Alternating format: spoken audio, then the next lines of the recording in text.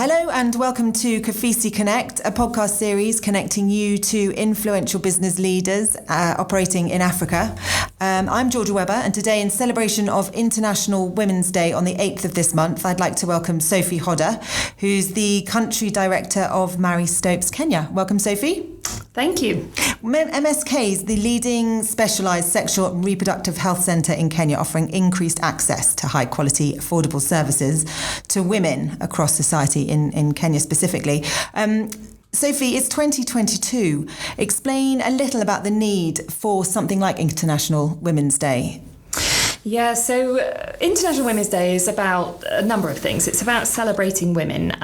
We know that women are amazing. They are basically the fabric of society and the glue. We give life, which is pretty amazing, but we also sustain that and keep all communities together and form so many different roles. And of course, now in 2022, so many more of us are working and trying to make that balance as well. So it's really important that we celebrate our role in society. But this year's hashtag is about breaking the bias. There is still a massive bias. I love the idea of this hashtag. There's still so much in everything we see, everything we do, the way the world is designed, policies that are made that are not thought about for women. So everything really needs to be thinking about the bias that is towards women nowadays. And International Women's Day is also around acknowledging the challenges that still exist. I mean, really sadly, if we look at Kenya, we have a huge amount of gender-based violence. That is actually throughout the world as well. In Kenya, half of Kenyans are defined as poor. And we know from a lot of the research that disproportionately affects women as well. There's still harmful practices like female genital mutilation that happens across society. And unsafe delivery of babies, unsafe abortion. I mean, half of pregnancies are unintended. So there's massive global disparity. So International Women's Day still, unfortunately, does have its place to highlight these gaps as well as celebrating women.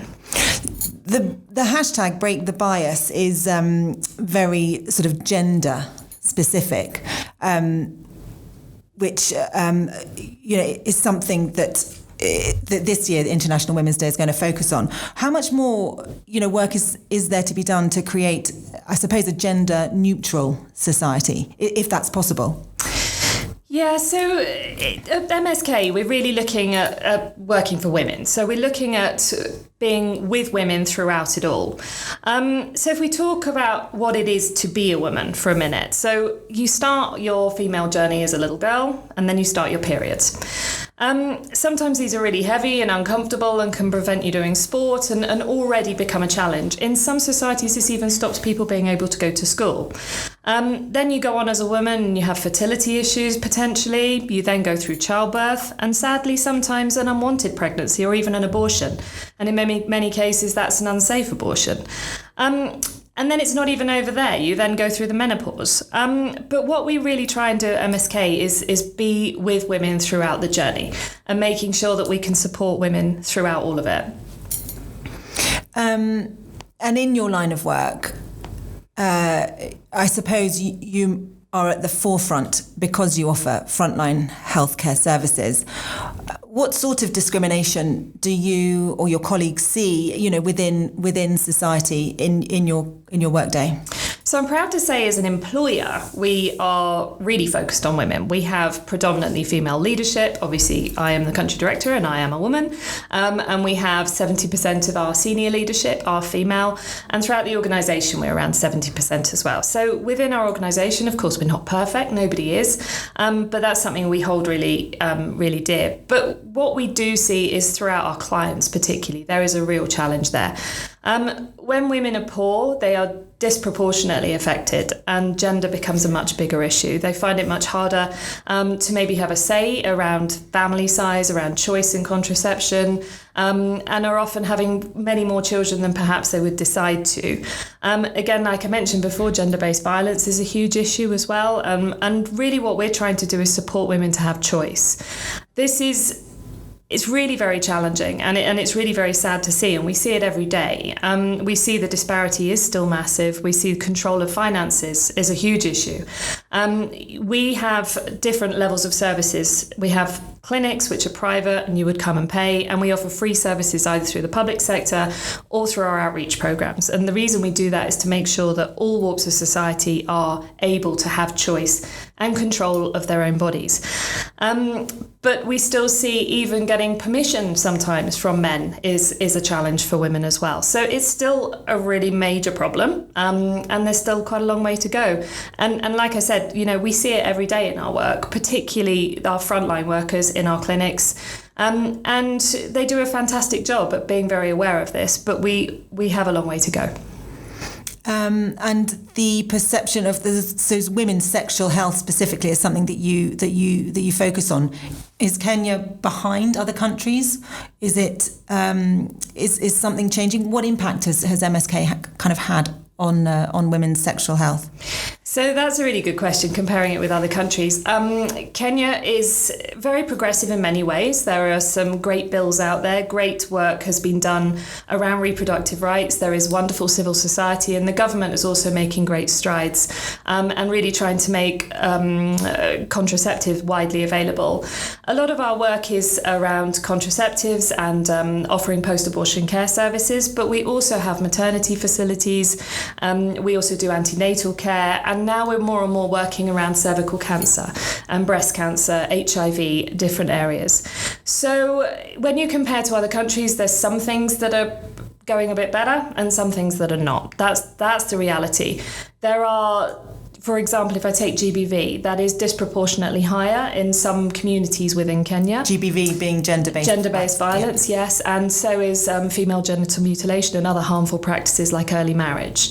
So there's definitely some areas. We work really closely with the government on trying to improve those. Maternal mortality has had great progress, but there is still a long way to go. So it really depends on what the particular issue is. Kenya's certainly not really far behind, but I think everyone would acknowledge there's still some way to go. What sort of difference is there in the sexual healthcare for women versus sexual healthcare for men? Is there any difference? Yeah, I make a lot of jokes that if babies came out of a man's testicles, then the world would be very different. The way we gave birth would be very different. I mean, there's a biological reason why men don't have babies, and I don't think it's just our anatomy. I also just don't think they are set up for the level of pain. But then the converse of that is women are sort of expected that from your first period, that is painful. And so we could become used to it all the way through. And so really, when you look at Kenya, for example, we see pretty low levels of male contraceptive uptake. There barely exist globally male methods. There's vasectomy. There isn't a male pill. And really, that's not because it's not possible to do. That's for two reasons. One is we do believe that uptake would be very low. And generally, women have said they wouldn't trust a man who said he was taking a form of oral contraceptive pill or something similar. Of course, condoms are available, and there is decent uptake of condoms, but we would always recommend they're used as a dual method of protection anyway. But there is different focus on it. And when I say different, what I mean is a hypothetical. The situation would be very different if men were expected to take care of fertility, if they were getting pregnant. It's a really interesting, almost philosophical discussion about what it would be like. I really do believe the world would be a very different place, and sexual and reproductive health and rights would be very different if men were more affected. But the result is that a man can leave. If they've had too many children, if a man is struggling, they leave. Women don't. We've had the baby, and we are generally a lot more caring and stay around. And that is really one of the things that has left the situation the way it is, if I'm honest, but that's a very personal view. More for another day, I think. Yeah, maybe. You've not just worked in Kenya, you've worked around the world, and I'd just like to find out a little bit of your experience on gender bias elsewhere in other countries. Yeah, so the world around us is designed for men, like I was talking about before. I'm leading an organisation. I'm in a very lucky position. I absolutely love my job. But when you look globally, 27% of global CEOs are women. And why is that? Because women are clearly just as intelligent. I'm even a little bit biased to say we're even more intelligent. But, you know, when you look at women, there's so many challenges, like we were talking about before. So we have a lot of women dropping out of school. Young girls dropping out of school due to unwanted pregnancies, for example. Girls are obviously sometimes not prioritised educationally in the family. If there's finite resources, often girls will have to stay home where boys still get to continue their education. Also, when we get to school, we're often told, you know, we're not told that we can. Often there's an expectation that boys will go further. So there's a narrative from early age that girls cannot do what boys can do. And that's globally. That's in nearly every society, including even in the UK. And then there's even laws that make life more difficult for women, you know, owning land, different things. So there's prevention across the whole warps of society. And then you sort of get married, your in-laws have got different expectations on you, you are expected to stay home after you've had a baby. So it really is very limiting. And then even when we get to the 27%, so 27%, some people would argue maybe that's not so bad. But really interesting fact is when you Google female CEOs, only 11% of the images are women. So even though we've hit the 27%, still Google would say we're only 11%. So the whole world is designed with men in place. We're more likely to get hurt in a car crash because seatbelts are designed for men. We get the wrong dosage of medicines because they are designed for men. Our phone doesn't fit our hand because they are designed for men. Even doorways are designed for men. It really is everything we look at, everything we see is from a male perspective. But what I am proud of is that MSK is really around choice. What we're really looking at is allowing just that small part of a woman's life, which has so much impact, to make sure that she at least has choice over her own body. Now, on a more sort of personal note, just as a sort of a female, we're focusing on you know, inspiring women because of it's International Women's Day. I suppose I'd like to know what challenges you've faced personally in your career as a woman. So in many ways, I've had a very privileged upbringing. I had parents who stayed together, parents who helped me get a really good education through school, and I went to university. But when I got to university, I studied engineering. And while I was in one of the early lectures, I was one of 5 women out of 600 men on my course. Wow. Because I was doing engineering. And one of the lecturers pointed straight at me in probably about my 3rd week and said, "Why did you want to be an engineer?" And I was so stumped. You know, I'm 19, I haven't got a clue. I'm not particularly eloquent, thinking, why is he singling me out? Before I'd even formulated a response, he said, "Why didn't you want to be an air hostess?" And that, you know, of course, I mean, it's a horrible thing to happen in front of others. Of course, 600 boys think this is the funniest thing they've ever heard. And the 41-year-old me now thinks of all the millions of things I could have said back. But at the time, I was stunned. I was embarrassed. I was humiliated. And of course, I thought, why am I here? Can I be here? What? This is obviously a boys' course. This is a man's course. Exactly. Yeah.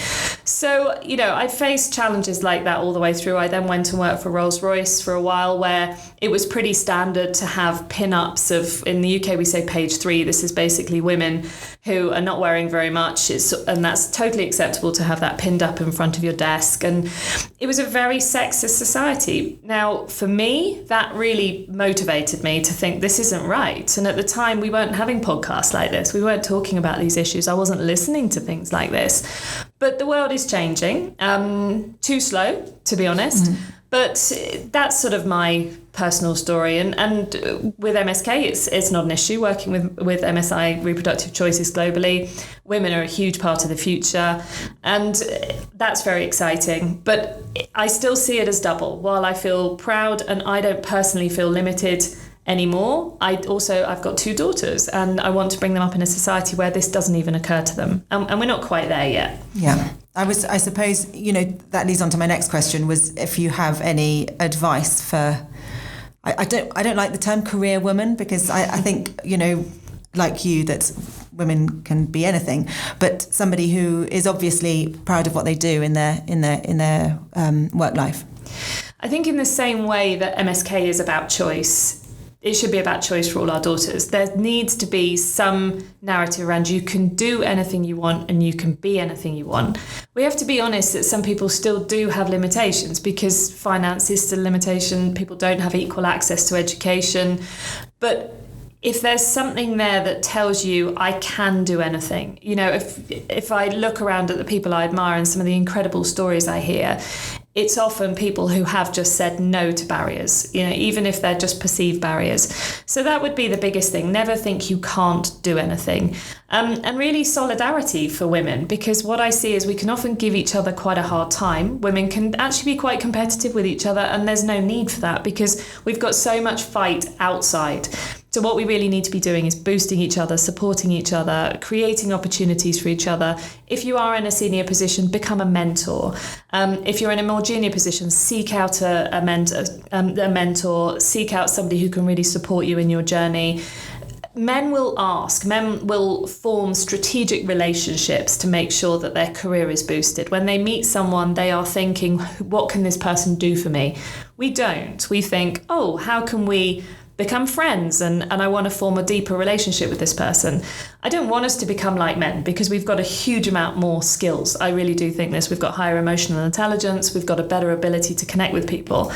But I also think we can think a little bit more around how do we boost ourselves? What experiences can we get from the different opportunities that are presented to us? So never take any barriers, never accept no, and just keep going and really look for those people who can help you out. Is there somebody who you've got in mind when you think, is there a sort of a female icon who you sort of look up to? I was going to say, don't say your mother. Well, I was actually going to say, my mother's a great example because she didn't have anywhere near the opportunities I did. She left school at a very young age and really wasn't prioritised. She's a great example. Her brother carried on education while she didn't. But she went back and did a huge amount. And the other thing she's done for me is given me that narrative that there are absolutely no limits. But not saying my mother. I think someone who I think phenomenal in Kenya, for example, is Wangari Maathai. I was running with a lovely friend this morning in Karura, and what she's managed to achieve in Kenya is quite phenomenal. And she came from pretty humble background and really thought, she was supporting her husband's career at the beginning of her own, and she never took no for an answer. She persevered and has done a lot of really difficult things. So I think they are, but actually on a daily basis, my clients. So I try and get out to the field as much as possible, not nearly enough. So I try and go to clinics. I try and go out into remote communities and look at our outreach services. And when I see real barriers, for me, having that horrible lecturer be rude to me is absolutely nothing compared to some of the barriers that women in remote communities in Kenya are facing. And yet they're still coming. They're making choices about their own bodies. They are running small businesses. They are keeping 3 or 4 children. They are looking after their in-laws. So I would say every woman is a massive inspiration to me. Every woman I meet. Just as a final question, you are also a mother. And I'd just like to find out how you marry your 2 careers, I suppose, as a mother and also as country director of MSK. Well, I don't always. I think that's the reality is I make a mess of it really regularly. I come home after a day's work and I'm really grumpy with the kids a lot of the time. And I think the important thing as a woman is to realise that that's okay. Give yourself a break, because sometimes I do a pretty good job of it. And I think, okay, this was a good week. I've been a decent mother. I've been around and I've done a good job at work. And other times you think, okay, I've been great with the kids, but work has suffered. So I think being kind to ourselves is probably the biggest thing we can do. I do have a very supportive husband, which is helpful. And I know that can make a massive difference actually in your career is how helpful your partner is at home. So that makes a big difference. But trying to be very organised, all those kinds of things. But honestly, I think the biggest thing is just be kind to yourself and give yourself space to fail sometimes. Wonderful advice. Sophie, it's been an absolute pleasure talking to you. Thank you. I hope you've experienced or had a lovely experience in KOFISI 9. KOFISI's brilliant. It helps me do my job very well. I'm a big fan. We'll have a Safari and Gemma back to KOFISI Westlands. That's and we'll see you soon. Thank you.